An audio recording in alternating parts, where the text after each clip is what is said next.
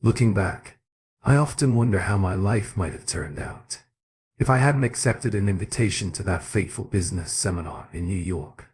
It was there, amidst the clinking of glasses and polite laughter at a corporate mixer, that I first caught a glimpse of Sophia Martindale. She wasn't the center of attention yet. Her mere presence seemed to cast a magnetic pole over everyone in the room. I was captivated. The thought of speaking to her seemed laughable. She appeared so far out of my reach that I felt futile to even try. My career at the time was on the rise. I was a young software salesman with an impeccable track record, earning respect among colleagues and competitors alike. A chance conversation with a mutual acquaintance at that same event led to my introduction to Sophia. This happened when I was in the first or second year of junior high school. I think I was about 13 years old. I grew up in the countryside. Brief, our exchange left me stunned. Her sharp wit and understated elegance were disarming, and for the first time, I allowed myself to entertain the idea that maybe, just maybe, I could be part of her world. Sophia's background, however, was an entirely different story. Raised in opulence and groomed to take her place within a family's perfume empire, she had lived a life that most people could only dream of. Her rebellious streak. This happened when I was in the first or second year of junior high school. I think I was about 13 years old. I grew up in the countryside. Had earned her a reputation for challenging the traditional expectations of her family, while her brothers seamlessly fell in line with their parents' vision.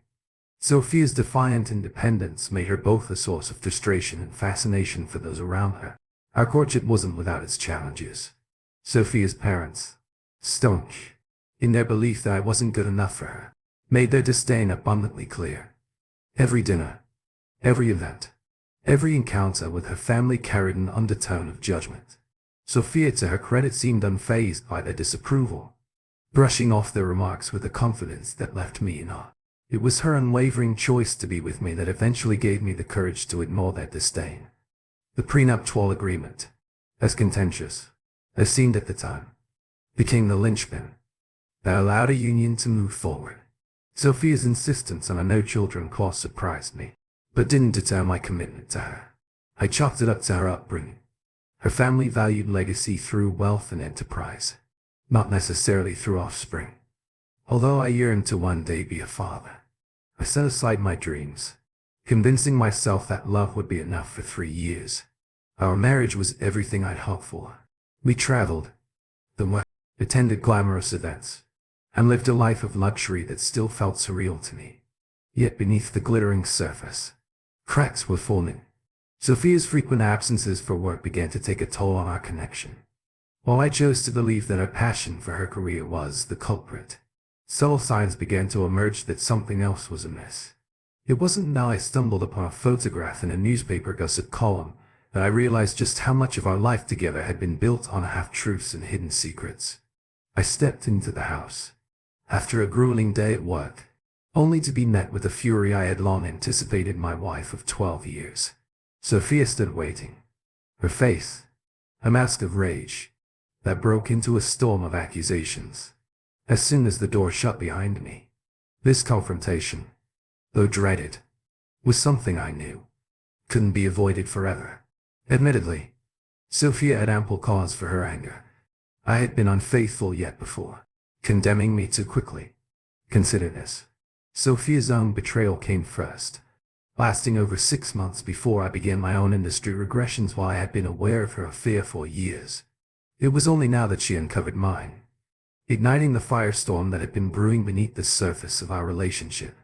The moment I stepped into the house, she screamed at me, "You pig!" From there, things spiraled downhill. Looking back, I think those were the kindest words she threw my way during her tirade. Although I barely caught every third word, it was crystal clear. She had uncovered my secret affair, and she was livid. Even if I could have squeezed in a response, I wouldn't have known what to say to diffuse her fury. So I just stood there, staring at the floor, waiting for the storm to pass. Eventually, her anger ebbed, and she demanded, "What do you have to say for yourself? Should I just file for divorce?" In a quiet voice, I replied, "Well, was in the fist. For starters, I've known about your affair for the past 9 years. So yes, maybe divorce is the right step. What she gasped, her face losing all color. What are you talking about? Calmly, I opened my briefcase, pulled out a set of photos, and handed them to her, evidence of her infidelity. I had no idea how she'd react, but what happened next caught me off guard. Sophia, who is wealthy enough to bury me in a mountain of legal trouble, didn't explode as I expected. Instead, she dropped the photos, burst into tears, and looked at me with such anguish that it left me speechless. I don't want a divorce, she sobbed. I love you. Then, she fled to our bedroom, leaving me utterly confused and even more uncertain about our future. Leigh's the most beautiful woman I've ever met. Even in my wildest dreams, I never imagined I'd end up married to someone like her. When we tied the knot, I assumed she'd eventually grow tired of me and cast me aside within a couple of years. One unusual aspect of our marriage was a prenuptial agreement her extremely wealthy family insisted upon. I had no issue with most of its terms, but one clause nearly made me walk away. Sophia demanded that we have no children. Despite my reservations, I agreed. I was deeply in love with her. Ironically, by the time this story unfolded, I had 4 children. Life, it seems, had taken a turn I never expected. Did I mention my life feels like a complete wreck? A bit of context might help. My wife, Sophia Gravois, comes from an incredibly affluent family. I'm Alex Thompson.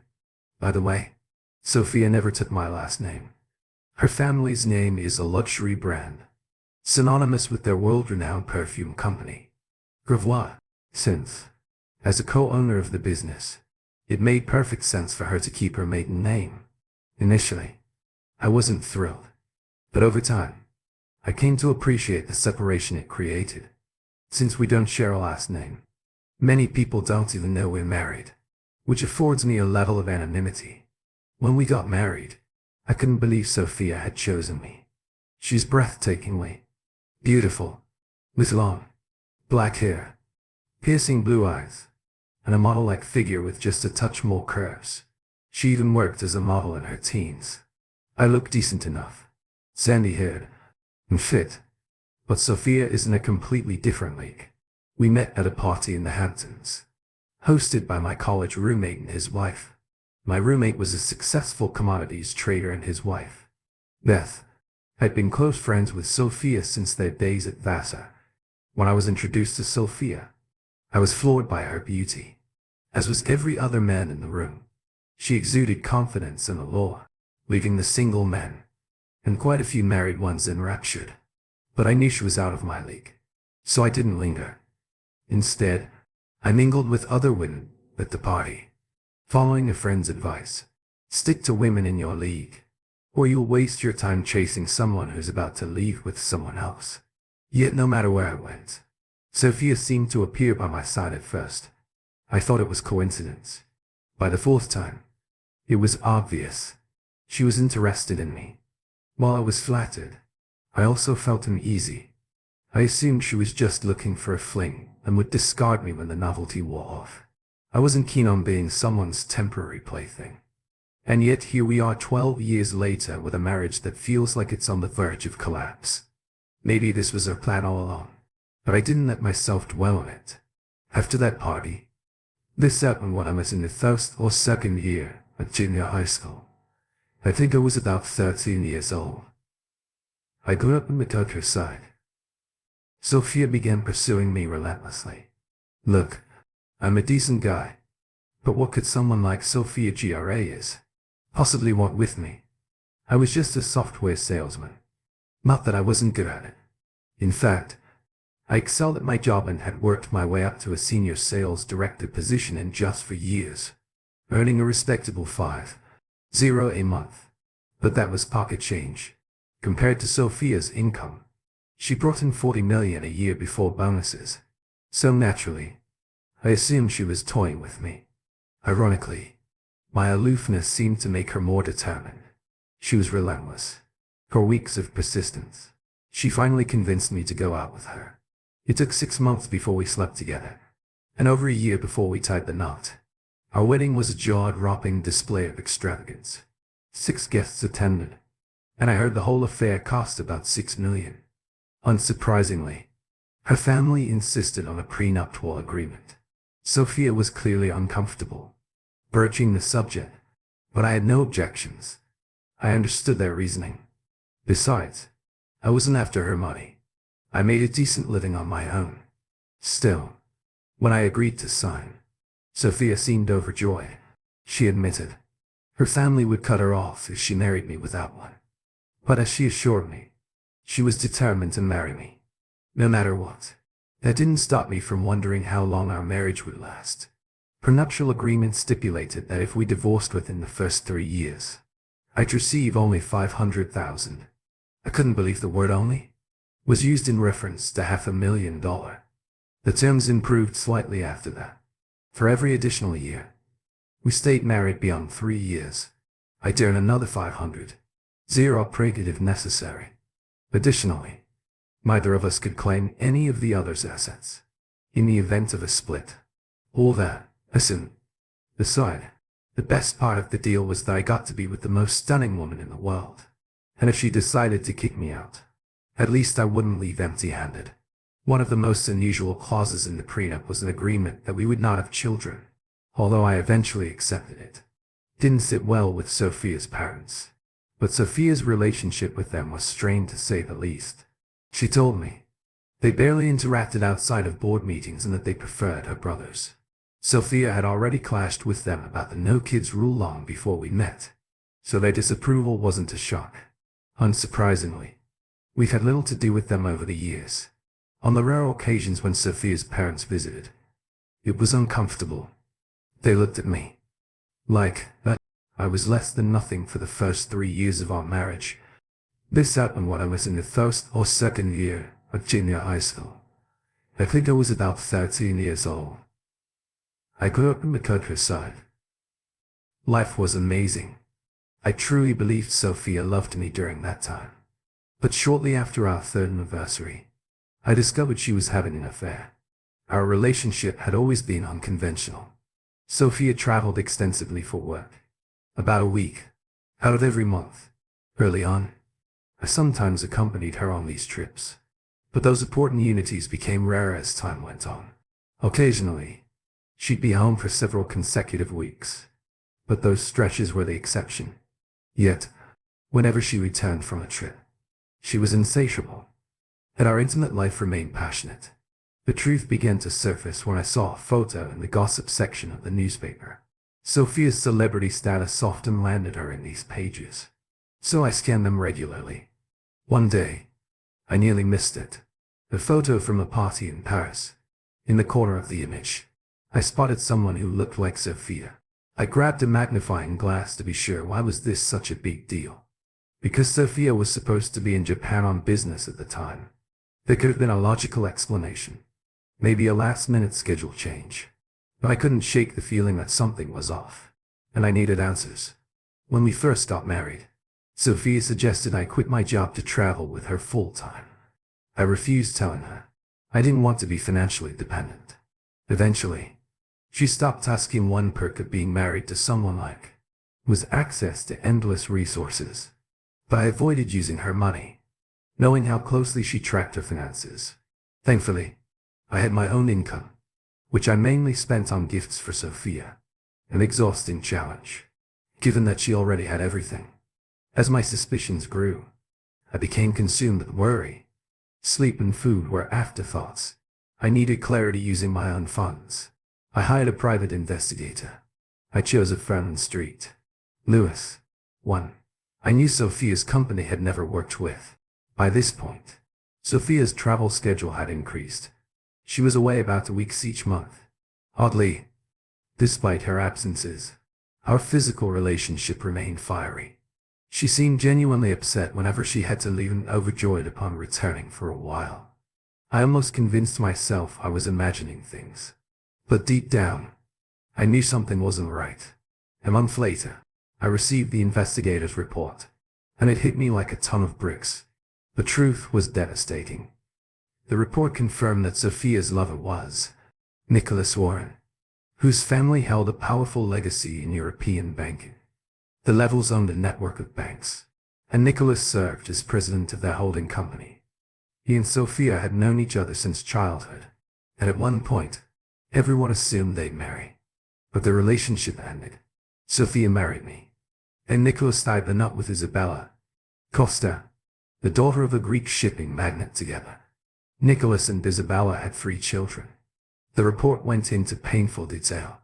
Apparently, Nicholas and Sophia had split because Nicholas wanted children, and Sophia adamantly didn't. His family had even threatened to disinherit him if he agreed to her terms. Then I read something that made it all click. Nicholas's wife had passed away 6 months earlier. With Isabella gone, nothing was stopping Nicholas and Sophia from reigniting their relationship for 5 days. I was a mess wrapped in a fog of sadness and confusion. Nicholas had been Sophia's first love, and it was clear the connection had been reignited. What I couldn't understand was why Sophia hadn't left me. Whenever she came home, she was all over me, loving, attentive, even passionate. If I hadn't known better, I would have believed she truly cared for me. She seemed overjoyed to see me, and our time together in bed was as intense as ever. But as messy as things already were, they were about to get worse. When I first read the report, my gut reaction was to confront Sophia and demand a divorce. But after taking some time to think, I found 3 reasons to stay. First, I was still in love with Sophia, despite everything. Second, our physical relationship was undeniably amazing. And third, there was the financial incentive. Thanks to our prenuptial agreement, I earned roughly $370 for every day I stayed married to her. From a purely practical standpoint, it wasn't a bad deal. Decided to hold off on making any decisions until Sophia returned from her next trip. In the meantime, a reckless thought began to take root. If she was cheating on me, maybe I should do the same. Even then, I wasn't sure I'd actually go through with it. As I mulled over my options, Eva Daniels, one of my sales associates, came into my office. Eva was attractive, maybe an 8.5 compared to Sophia's 11. She had a great figure, a kind demeanor, and was an excellent salesperson. Recently divorced, she'd caught her husband cheating, but didn't seem particularly heartbroken about it. "You've been off all week. Have I said anything I can help with?" I liked Thelma and respected her work ethic. That day, I decided to open up to her. "I just found out Sophia's been cheating on me," I admitted. "I don't know whether to confront her or just ignore it." "Easy," Thelma replied. "Blunt. I divorce her and move on." "It's not that simple," I countered. "I signed a marriage contract for every year I stay married. I get $500,000. That's about $1 for a day." "Not exactly. Chump change." I laid out the other perks of being married to Sophia. Luxury cars, designer clothes, lavish parties, private jets. Thelma listened thoughtfully and promised to think it over the next day. She returned to my office, shut the door, and sat across from me. "I think I've got a solution to your problem," she said. "Oh, and what's that?" I asked, curious. "Stay married to Sophia," Eva suggested, but with a twist. I raised an eyebrow, amused. "A twist? Do tell." She smiled, knowingly. "But have an affair." I started to interrupt, but she held up a hand. "Hear me out," she said. "Just let me explain." I leaned back in my chair, gesturing for her to continue. "All right, Eva, the floor is yours. You're torn for 2 reasons," she began. "First, you still love Sophia, even after what she's done. Second, you want children. Something Sophia will never give you. Having an affair alone won't solve that. Sure, you could get a mistress pregnant, but that would blow up your marriage." I nodded, slowly. "True. So what's your point?" She hesitated for a moment before dropping her bombshell. "I think I could be the solution," she said, flashing a warm smile. I blinked. "What are you saying? You want to be my mistress?" "Not just your mistress," she replied with a sly grin. "I want something more." I frowned, unsure of where this was going. I'm not sure. I like the sound of this. Just hear me out, she insisted. I motioned for her to continue. Alex, you've known me for years longer than you've known Sophia, Ava said. You've always thought Sophia was out of your league. But I never saw it that way. She's lucky to have you. And she's an idiot to risk losing you. But since she's made her choice, I'm not going to let this chance slip by. She took a deep breath before continuing. I've always been attracted to you. But I knew I couldn't compete once Sophia entered the picture now. This happened when I was in the first or second year of junior high school. I think I was about 13 years old. I grew up in the countryside. Things are different. You want children, I want children. Sophia has hurt you, and I want to help you heal. Here's my proposal. Become my lover. I'll keep things discreet so you can stay married to Sophia, but I'll give you the children you've always wanted. You get to keep your life with Sophia and fulfill your dream of being a father. We both win. I stared at her in stunned silence as she awaited my response. I won't lie. I was both shocked and intrigued by Ava's proposal. It sounded absurd, but part of me couldn't help being drawn to the idea. Still, I could see potential challenges and I began to lay them out first. Thank you for even suggesting this, I said, sincerely. I'm genuinely flattered. It's far more than I could ever expect. But there are some issues. Finances could be complicated. Then, there's raising and naming children. And what if down the road, you decide you want to get married? Ava nodded. I thought about those problems too. Well, I think I have solutions financially. I own my house. And all I'd ask is that we split the cost of raising the children. Your name would be on their birth certificates as their father. But unless you want. Otherwise, they take my last name. As for marriage, I don't see myself wanting that again. But I'm realistic enough to know I can't predict the future. So I'd suggest we draft a written it with a clause allowing either of us to end things with 6 months' notice. If I get married, you'd have the right to decide on custody. If you terminate the agreement, I'd keep custody. But you'd still have generous visitation rights. Either way, you'd always be recognized as their father. We sat in silence for a while, each processing what the other had said. Eventually, I broke the quiet. I have to admit, your offer is intriguing, but I'm not ready to commit to anything like this yet. How about we start by going on a few dates and see if we're compatible? Ava agreed and we began casually dating. Our first few outings were simple dinner and dancing later. We added theater trips to the mix.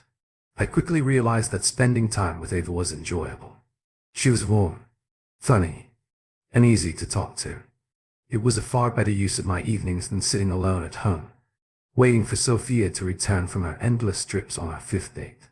We shared a long, tight embrace in my car as I dropped her off by the 6th. Ava turned to me and said, "We're definitely compatible on dates. Now let's find out if we're compatible in bed."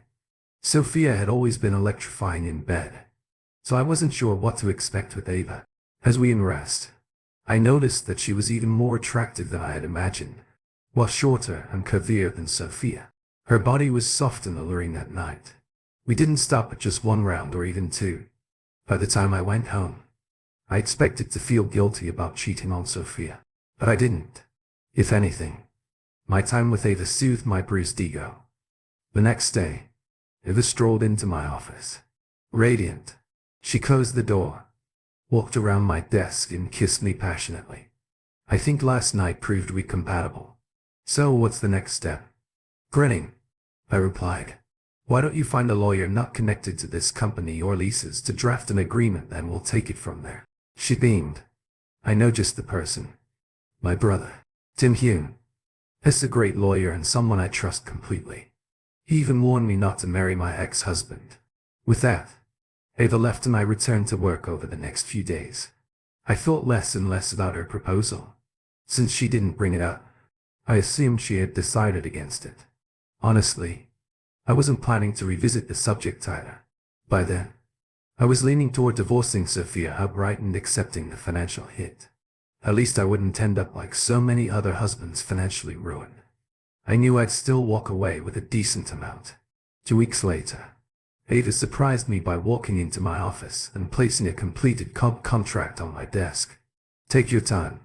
Reviewing it, she said. Make any changes you want. If we both agree, we'll sign it in front of my brother.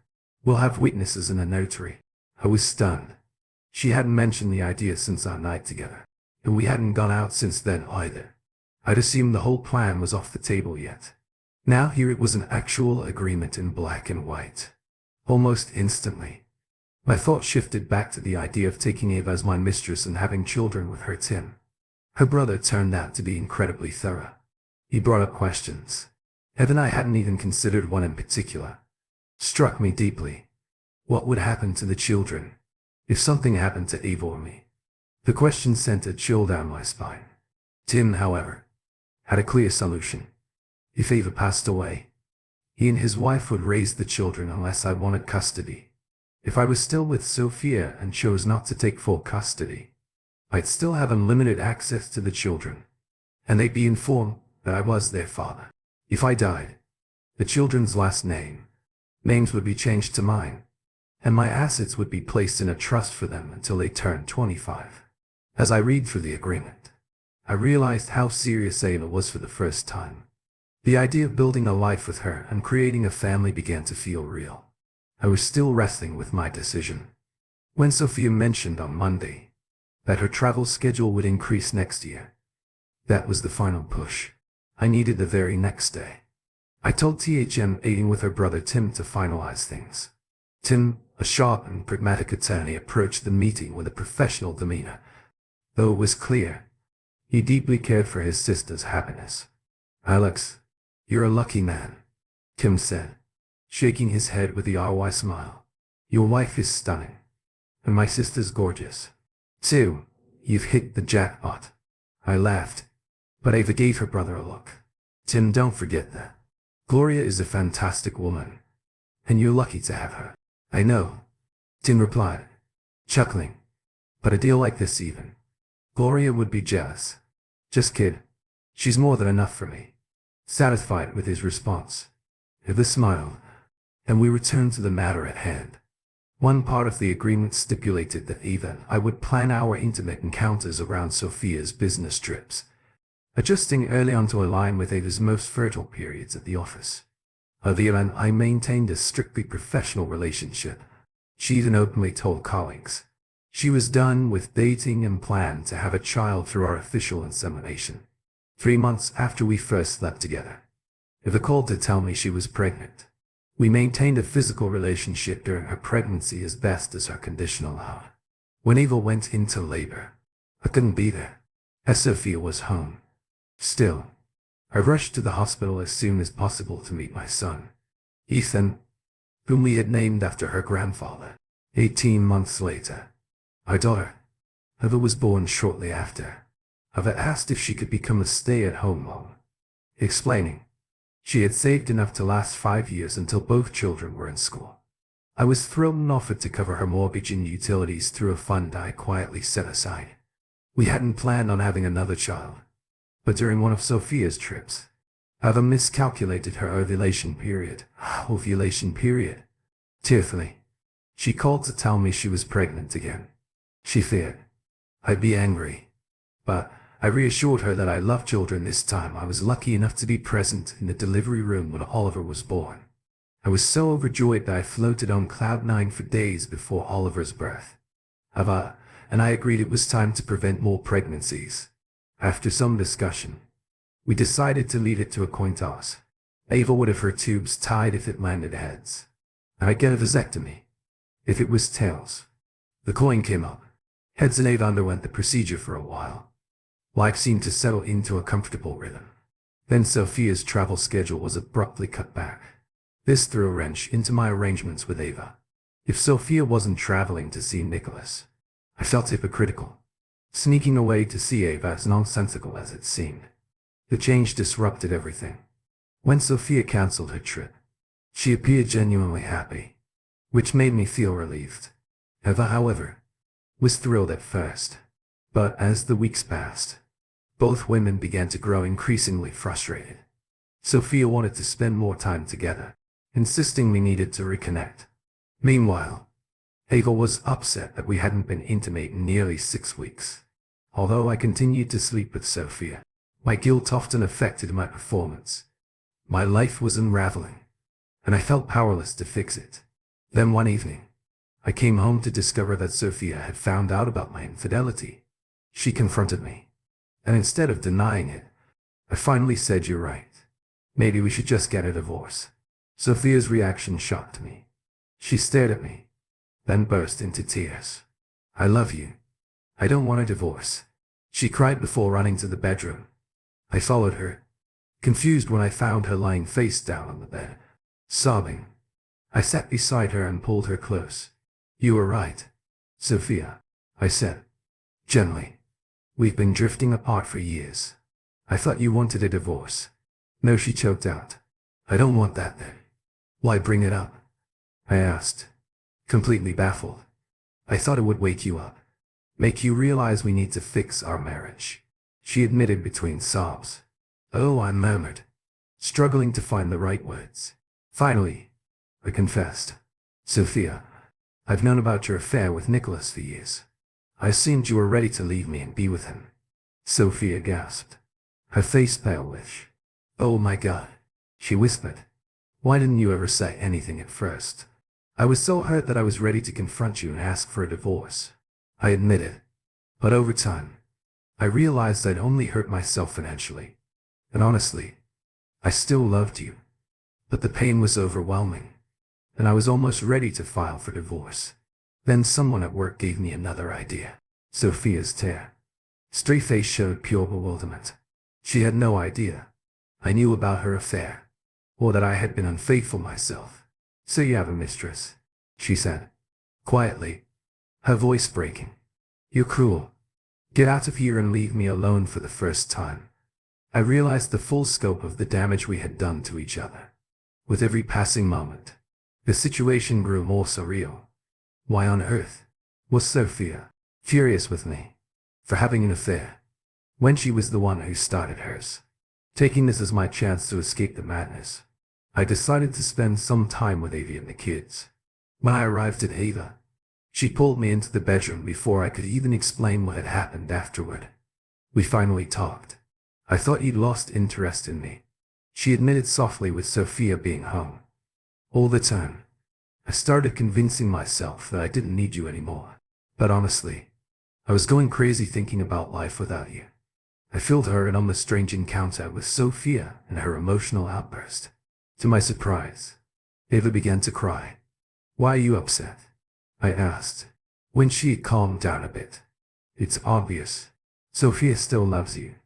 Deeply," Ava said, her voice trembling. "Shit. Do whatever it takes to keep you." "That doesn't make sense," I replied. "First, Sophia told me to leave. Second, she's been happy with Nicholas for nearly a decade. How could she still love me?" "I don't know," Ava said through her tears. "But something's changed and she clearly doesn't want to let you go. It's not fair.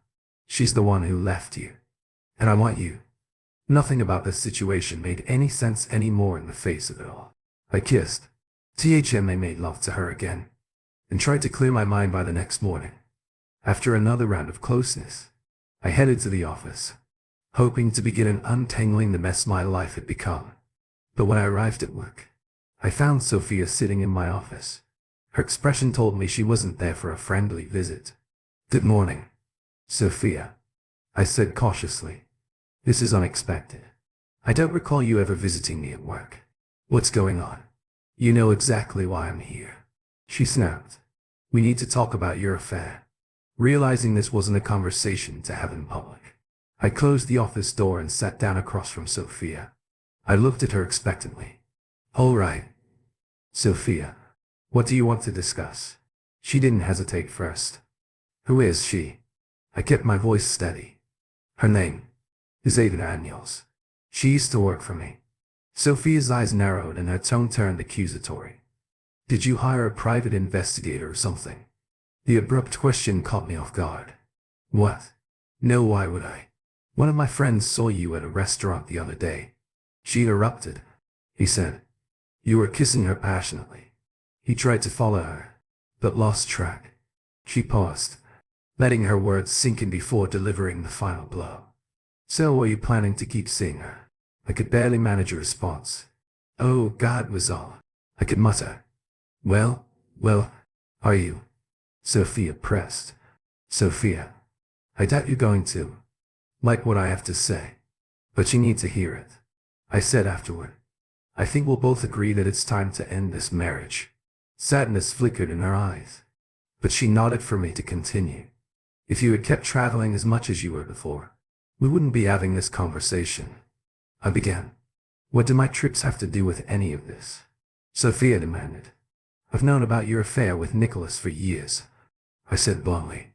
You were meeting him on your business trips. And while you were gone, I started seeing Ava. I figured if you could have an affair, so could I. Sophia's face hardened. Do you have a child with her? Sit down, Sophia, I said, firmly. No, I don't have a child with her. I have 3. You've always known I wanted children, and you never did. Sophia sat silently for a long moment, processing the information. Finally, she stood. I need time to think this through, she said quietly before leaving. I figured it would only take a day or 2 for the company lawyers to draw up divorce papers. In the meantime, I decided it was safer to stay with Ava. While Sophia processed everything that night being with Ava, and the kids brought me a sense of relief. And for the first time in a while, I felt happy. The next morning, Sophia called my office, expecting to hear that the papers were ready. I picked up the phone, only to be blindsided by her request. I want to meet Ada and your children, Sophia said. What? I asked sharply. Listen, Sophia, I know you're upset, and we can argue about whether you have a right to be, but I won't let you drag my kids or Ada into this mess. Alex, I promise, she said, her voice calm and measured. I won't do anything to upset, embarrass, or hurt your kids, Ava or you. I just want to meet them. I'll even bring in Annie to help with the kids, while Ada and I talk. If you still want a divorce after this, I'll respect the terms of our agreement. I hesitated, considering the potential fallout. If the meeting went poorly, it could make everything worse. But it also seemed like the fastest way to resolve things. I'll need to talk to Ava, I said cautiously, if she agrees. When and where? How about tomorrow morning at 10 at our house? Sophia suggested. When I told Davy about the plan, she wasn't happy. If you see us side by side, you'll realize she's better than me, she said. Her voice stinged with insecurity. I rolled my eyes. This isn't about comparing you two. It's the quickest way to finalize the divorce. Reluctantly, Ada agreed. And with that, I braced myself for what was sure to be an unforgettable meeting. The next morning, I brought Ava and the kids to Sophia's house. Ava seemed overwhelmed by the grandeur of the estate, while the kids were buzzing with excitement after I told them about the pool game room and even an ice cream bar inside. Instead of walking as I normally would, I rang the doorbell to my surprise. Herself answered the door. Typically, one of the household staff would handle it, as there were always a few around during the day. Alex, Sophia greeted me with a smile. This is still your home. You don't need to ring the bell. I wasn't sure what kind of welcome to expect, I replied hesitantly. Sophia introduced us to a kindle-looking middle-aged woman. This is Helen, the nanny. She'll take the kids to the pool while we talk. We'll sit in the kitchen where we can keep an eye on them. In the kitchen, Sophia offered drinks. I wanted whiskey, but settled for a Pepsi White, given the circumstances. Heather asked for water, and Sophia poured herself a glass of wine. I felt a twinge of annoyance. If I'd known wine was on the table, I might have chosen differently. Sophia started the conversation with a direct approach. Alex mentioned that you've been together for about 8 years, as much as we could. Ava replied nervously. He insisted we only meet while you were traveling, but he always made time for the kids, even if it was just for an hour or 2. He never missed their parties. Sophia gave me an unreadable look. So Ava, you've been happy with Alex. Don't you want a full-time husband? Alex is the best man I've ever known, Ava said, firmly. A better part-time husband and father than most full-time men I've met. So no, I don't want anyone else. I want what Alex is willing to give me. Sophia's expression has softened and I noticed a tear slip down her cheek before she quickly wiped it away. She turned to me. Alex, could you check on the kids? I'd like some time alone with Ava. I glanced at Ava. This happened when I was in the first or second year of junior high school. I think I was about 13 years old. I grew up in the countryside. She was visibly anxious. She gave me a small nod. I kicked off my sandals sat by the pool and let my feet dangle in the water as I watched the kids splash around.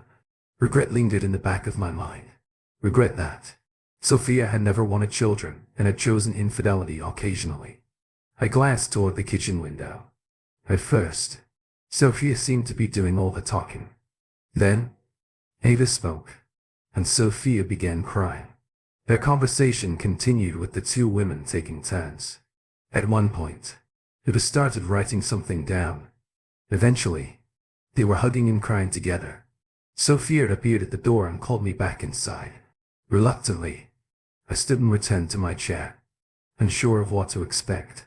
A part of me wanted to ask if whiskey was still an option, but I thought better of. Alex, Ava said, reaching for my hand. We've come to an agreement. My stomach sank. Okay, I said cautiously. Am I going to hate this? Sophia gave me a faint smile. We'll let you decide. I leaned back, confused and bracing for impact. This meeting had started with the expectation of divorce discussions, and now it seemed these two women had other plans. I didn't understand. Look, I said, trying to steady my voice.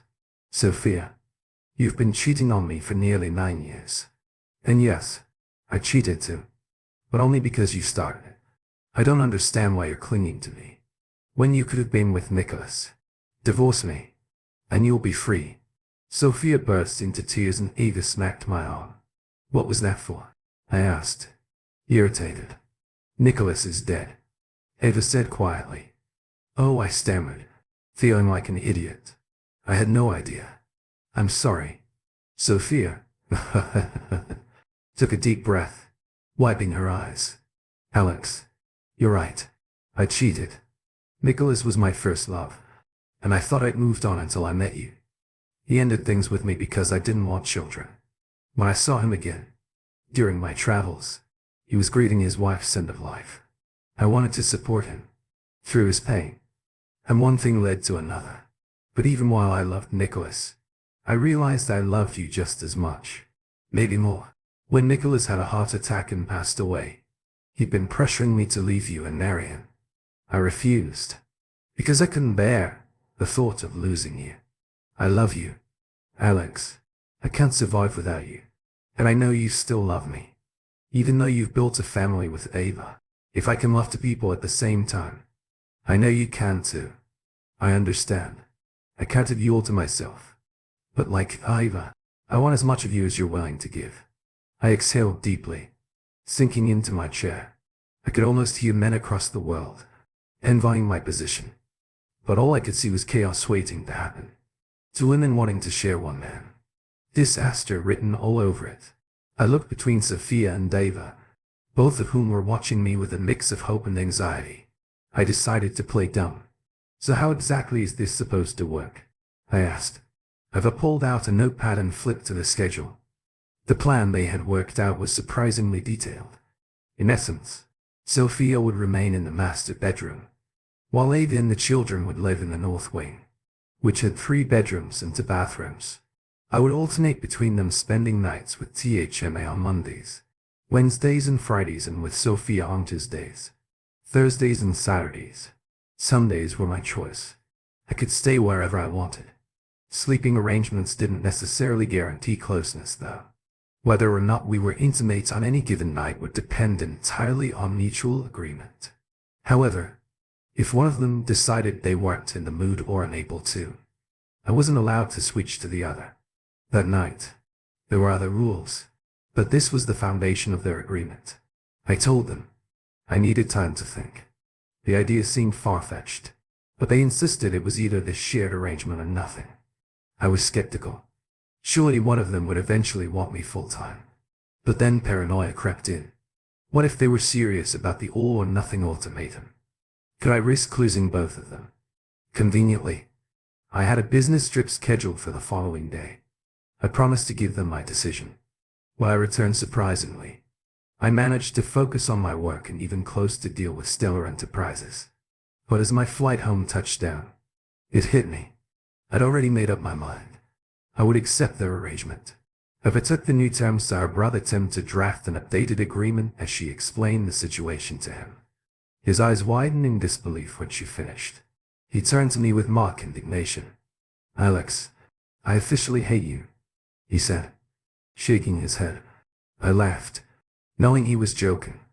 "You could always find yourself a mistress." I quit, earning a sharp slap on the arm from Ava. "Not a chance," Tim replied with a chuckle. For the first 7 months, the arrangement worked surprisingly well. My bed life didn't necessarily become more intense, but it was consistent. I was intimate with one or both women, 3 to 5 times a week. With Helen, the nanny, taking care of the kids. During the day, Ava returned to work in my office. Sophia, initially wary of this, resolved the issue by offering Ava a better paying job, with excellent benefits. Ava now worked for Sophia and seemed genuinely happy with the arrangement. But then just shy of the 7-month mark, I came home one evening to find both women waiting for me in the dining room. This happened when I was in the first or second year of junior high school. I think I was about 13 years old. I grew up in the countryside. There was an issue with the agreement that needed amending. My stomach sank. What now? I thought. Little did I know things were about to take another wild turn. Sophia spoke first, wasting no time. "Alex, I want to have a baby," she announced. I was stunned of all the possible topics they could have raised. This was the last thing I expected. And Sophia, wanting a child. It felt like I had stepped into an alternate reality. Sophia continued, her voice softer. "Now I know I always said I didn't want children. But watching you with Ava's kids changed something in me. I see how much joy they bring you. And I want that too. I want to experience that. Love." All I could manage was a week. "Okay." Apparently that was the magic word. Both women squealed with delight, hugging and kissing me. Then, Sophia added something that sent my thoughts spiraling again. Adi and I also agreed on another point. "I shouldn't be married to you." Panic set in. Were they planning to kick me out after Sophia had her baby? I'd known they were close. But was this their plan all along? "Let me get this straight," I said, my voice tight. "You want me to get Sophia pregnant, and then you're both going to kick me to the curb. If that's your plan, just say so. But don't think for a second I'll let you cut me off from my children." "What?" Ethelma exclaimed, her voice rising in shock. "No, Alex. That's not at all." Sophia quickly chimed in, her face flushed with embarrassment. "I must have explained it badly. That's not what we meant at all." Heather threw her arms around me. "I love you, Alex. I'd be devastated if you left, and I feel the same way." Sophia added, tears streaming down her face. "Then, what are you talking about?" I asked, exasperated, because none of this makes sense to me. Sophia reached for my hand. "Let's all have a drink and calm down. Once we've had a moment, I'll explain everything more clearly. I promise we'll respect whatever decision you make after my first shot of whiskey." I asked, "Sophia, are you sure about wanting a child? This is a big shift for you." Sophia admitted that spending time with Ava's kids had awakened a maternal instinct. She hadn't realized she had. She couldn't ignore the desire any longer. The new agreement would adjust my time with her to prioritize her fertility cycles. For months later, Sophia was pregnant, and eventually she gave birth to a beautiful baby girl named Luna. She had Sophia's striking eyes, and my smile. Avi and the kids adored her. As for the divorce, it turned out to be part of their elaborate plan to ensure Ava's children would face no stigma. Sophia proposed that I divorce her after Luna's birth and marry Thma once married. Sophia would use her considerable resources to retroactively adjust records, making it appear as though Evie and I had been married when our children were born later. Avi would divorce, and Sophia and I would remarry. If this sounds confusing, imagine how I felt living it shortly after Luna's birth. I finalized my divorce from Sophia and married Deva. So now, Sophia secured the necessary documents and made everything appear seamless. When I asked why they didn't just alter the records without going through the motions, they simply replied, "That's a woman's business." I didn't argue. The only downside to Sophia having a baby was that her parents now visited more frequently to see their granddaughter. It added a new layer of complexity, as I was sure they didn't buy Sophia's story about having an assistant always present. Their curious glances confirmed as much. And the kids, when they were young, they didn't think much of our unconventional family setup. As they grew older, we explained that their mothers were close friends and that I had been married to each at different times. The finer details, those could wait until they were adults. In the end, our family wasn't traditional, but it worked. For now, the complexity of human emotions often defies simple explanations. And as our unconventional arrangement evolved, so too did the intricate tapestry of our lives from the outside. Our lives resembled a modern fairy tale, wrapped in drama, but the reality was far more nuanced. Each chapter brought its own challenges and moments of reflection. Life with Sophia and Deva was surprisingly harmonious after Luna's birth, while the transition to co-parenting between two households with shared custody was unconventional. The arrangement allowed us to embrace an odd sense of balance. Luna became the glue that bound us further with her first smile, giggle, and tentative steps. Any lingering tension seemed to dissolve in the sheer joy of watching her grow. Her innocence served as a reminder of what really mattered in those initial months. We all found new purpose. THMA, delighted in Luna's company, often commenting that watching her bond with Ethan, Yvonne Oliver felt like healing old wounds. The older children embraced their new sibling wholeheartedly, and their giggles often echoed through the sprawling estate.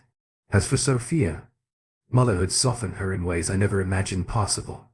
She grew more patient and introspective, a transformation that rippled through our lives professionally. The arrangement proved mutually beneficial. Sophia and Deva, once wary of each other, began to collaborate on several ventures, combining Sophia's business acumen with Ava's practical expertise.